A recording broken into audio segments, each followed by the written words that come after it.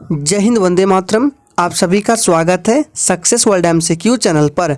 तो जैसे कि SSC MTS का 8 जुलाई का सेकंड शिफ्ट का एग्ज़ाम खत्म हो चुका है और आज की इस वीडियो में मैं आपको 100% रियल और एक्यूरेट आंसर के साथ सभी क्वेश्चंस को बताने वाला हूं। तो अगर आप चैनल पर पहली बार आए हैं तो चैनल को सब्सक्राइब कर लें और साथ में बेल आइकन को जरूर प्रेस कर लें ताकि आपको SSC MTS का पल पल का अपडेट मिलते रहे। तो चलिए आज के सेशन को स्टार्ट करते हैं।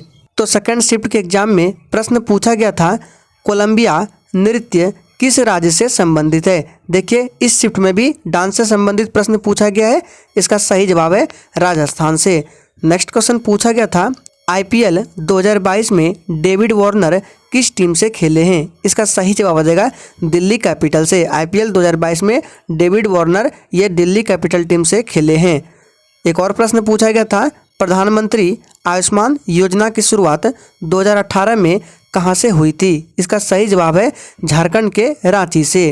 इस योजना को प्रधानमंत्री नरेंद्र मोदी ने 14 अप्रैल 2018 को भीमराव अंबेडकर की जयंती के दिन झारखंड के रांची जिले से आरंभ किया था। नेक्स्ट क्वेश्चन और पूछा गया था, पंडित किशन महाराज किस वाद्य यंत्र से संबंधित है। इसका सही जवाब, अगर आपने तबला को दिया होगा तो बिल्कुल सही जवाब हो जाएगा पंडित किशन महाराज एक भारतीय तबला वादक थे जो हिंदुस्तानी शास्त्रीय संगीत के बनारस घराने से संबंधित थे। आपको ये फैक्ट ध्यान रखना है कि पंडित किशन महाराज जो है ये किस घराने से संबंधित थे, तो बनारस घराने से हो सकता है नेक्स्ट शिफ्ट में ये प्रश्न पूछ लिया जाए। नेक्स्ट क्वेश्चन देखिए, यहाँ पे पंडित रविशंकर का अगर संबंध पूछे तो ये सितार वादक से थे। नेक्स्ट क्वेश्चन पूछा गया था, औरंगजेब की मृत्यु कब हुई थी। तो देखिए, औरंगजेब की जो मृत्यु है ये 3 मार्च 1707 ईस्वी को हुई थी। इसी के साथ आपको याद रखना है, अकबर की मृत्यु 27 अक्टूबर 1605 को, बाबर की मृत्यु पूछे तो 26 दिसंबर 1530 ईस्वी को, हुमायूं की मृत्यु पूछे तो 27 जनवरी 1556 को ध्यान रखना है। और बाबर ने ही मुगल वंश की स्थापना की थी। कब, तो पानीपत के प्रथम युद्ध के बाद। पानीपत का प्रथम युद्ध जो है ये बाबर और इब्राहिम लोदी के बीच हुआ था। कब हुआ था, तो 1526 ईस्वी में, ध्यान रखना है। नेक्स्ट क्वेश्चन पूछा गया था, सराय नूर महल किस राज्य में स्थित है। तो ये जो महल है ये जालंधर पंजाब में स्थित है। एक और प्रश्न पूछा गया था, अभी तक विटामिन के एक भी शिफ्ट में प्रश्न नहीं पूछे गए थे, आज के शिफ्ट में पूछा गया है, विटामिन डी की कमी से कौन सा रोग होता है। तो विटामिन डी की कमी से रिकेट्स नामक रोग होता है, याद रखना है। और विटामिन डी का अगर रासायनिक नाम पूछे तो इसका रासायनिक नाम कैल्सीफेरॉल होता है। विटामिन ए की कमी से रतौंधी नामक रोग होता है और विटामिन ए का रासायनिक नाम रेटिनॉल होता है। बात करें विटामिन बी, विटामिन बी की कमी से बेरी नामक रोग होता है और विटामिन बी का रासायनिक नाम थायमिन होता है। विटामिन सी की कमी से स्कर्वी नामक रोग होता है और विटामिन सी का रासायनिक नाम पूछे तो इसका रासायनिक नाम एस्कॉर्बिक एसिड होता है, याद रखना है। इसी के साथ विटामिन ई का टोकोफेरॉल होता है और विटामिन के का रासायनिक नाम फिलोक्विनोन होता है। अगर आपसे पूछे कि कौन कौन से विटामिन जल में घुलनशील होते हैं तो जल में घुलनशील विटामिन है बी एंड सी, ये 2 विटामिन जल में घुलनशील होते हैं। बचे विटामिन ए, डी, ई और के ये वसा में घुलनशील होते हैं, ध्यान रखना है। हो सकता है नेक्स्ट शिफ्ट में एक प्रश्न पूछ लिया जाए, तो ध्यान रखना है।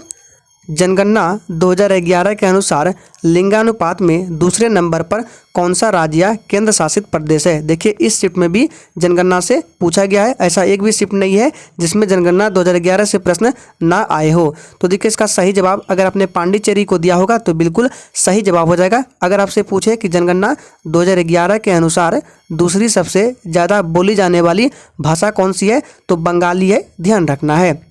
नेक्स्ट क्वेश्चन देखिए, 13 अप्रैल 1919 जालियांवाला बाग हत्याकांड, आपको डेट को याद रखना है।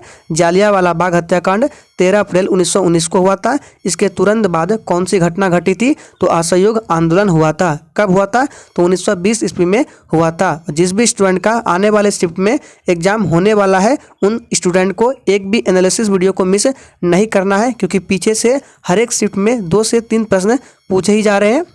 नेक्स्ट क्वेश्चन देखिए, हाइड्रोजन का परमाणु क्रमांक कितना होता है। इसका सही जवाब है, देखिए इस प्रश्न में थोड़ा सा डाउट है, आप लोग कमेंट करके बताएंगे जो स्टूडेंट एग्जाम दिए थे कि हाइड्रोजन का परमाणु क्रमांक पूछा था या हाइड्रोजन का परमाणु द्रव्यमान पूछा था। क्रमांक 1 हो जाएगा और द्रव्यमान यहाँ पे लिखा गया है। नेक्स्ट क्वेश्चन को देखिए, हॉकी के खेल में एक टीम में खिलाड़ियों की संख्या कितनी होती है? तो देखिए 11 होती है, याद रखना है। हॉकी में 11 होता है, फुटबॉल में भी 11 होता है, याद रखना है। क्रिकेट में कितना होता है? तो उसमें भी 11 होता है, ध्यान रखना है। और वॉलीबॉल में कितना होता है? तो 6 होता है, ध्यान रखना है। नेक्स्ट क्वेश्चन देखिए, किस अनुच्छेद में एक व्यक्ति को एक ही अपराध के लिए 2 बार सजा नहीं दी जाती है? इसका सही जवाब है अनुच्छेद 20(2), ध्यान रखना है। और जितने भी प्रीवियस एनालिसिस वीडियो कराए गए हैं उनको एक प्लेलिस्ट में डाल दिया गया है और प्लेलिस्ट का लिंक डिस्क्रिप्शन बॉक्स में है, जाकर देख लीजिए। 2022 में भारत के मुख्य आर्थिक सलाहकार कौन है? तो इसका सही जवाब था डॉक्टर वी, यहाँ भी होगा V Anantha Nageswaran. Next question एक पूछा गया था, संघ सूची किस अनुसूची में आता है? तो देखिए संघ सूची जो है यह 7वीं अनुसूची में आता है। एक और प्रश्न पूछा गया था, the road to Mussoorie book के लेखक कौन है? तो देखिए इस शिफ्ट में भी बुक एंड ऑथर से एक प्रश्न पूछा गया है, सही जवाब है रस्किन बॉन्ड, ध्यान रखना है। नेक्स्ट क्वेश्चन पूछा गया था, राधा श्रीधर को 2018 में संगीत नाटक अकादमी पुरस्कार दिया गया था, यह किस डांस से संबंधित है? इसका सही जवाब है भरतनाट्यम से। नेक्स्ट क्वेश्चन पूछा गया था, इस प्रश्न में थोड़ा सा डाउट है, तो जो भी स्टूडेंट एग्जाम दिए हैं कमेंट करके बताएंगे क्या ये प्रश्न पूछा गया था, भारत का सबसे गहरा बंदरगाह कौन सा है? इसका सही जवाब हो जाएगा विशाखापत्तनम। बंदरगाह जो है ये विशाखापत्तनम देश के पूर्वी तट पर आंध्र प्रदेश के महानगर विशाखापत्तनम में स्थित है। यह एक प्राकृतिक बंदरगाह है और ये भारत का सबसे गहरा बंदरगाह भी है, ध्यान रखना है। नेक्स्ट क्वेश्चन पूछा गया था, यायोसांग उत्सव भारत के किस राज्य में मनाया जाता है? यहाँ पे यायो होगा, टाइपिंग एरर है। तो यायोसांग उत्सव जो है ये भारत के मणिपुर के महत्वपूर्ण त्यौहार है, ध्यान रखना है। नेक्स्ट क्वेश्चन पूछा गया था, रवि कृति किसके दरबारी थे? और देखिए फर्स्ट में पूछा गया था हरिसेन किसके दरबारी थे? तो रवि कृति जो है ये पुलकेशिन द्वितीय के दरबारी थे।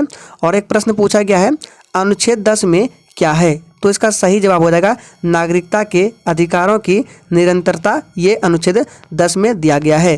तो आज के शिफ्ट में ये वो 100% रियल प्रश्न थे जो कि सेकंड शिफ्ट के एग्जाम में पूछे गए थे। और अगर आप इसका PDF डाउनलोड करना चाहते हैं तो डिस्क्रिप्शन बॉक्स में टेलीग्राम चैनल का लिंक मिल जाएगा, जाइए ज्वाइन कर लीजिए। वहाँ पर जाकर जितने भी प्रीवियस एनालिसिस कराए गए हैं सभी का PDF आप जाकर फ्री में डाउनलोड कर सकते हैं। तो आज के लिए इतना ही, तब तक के लिए जय हिंद।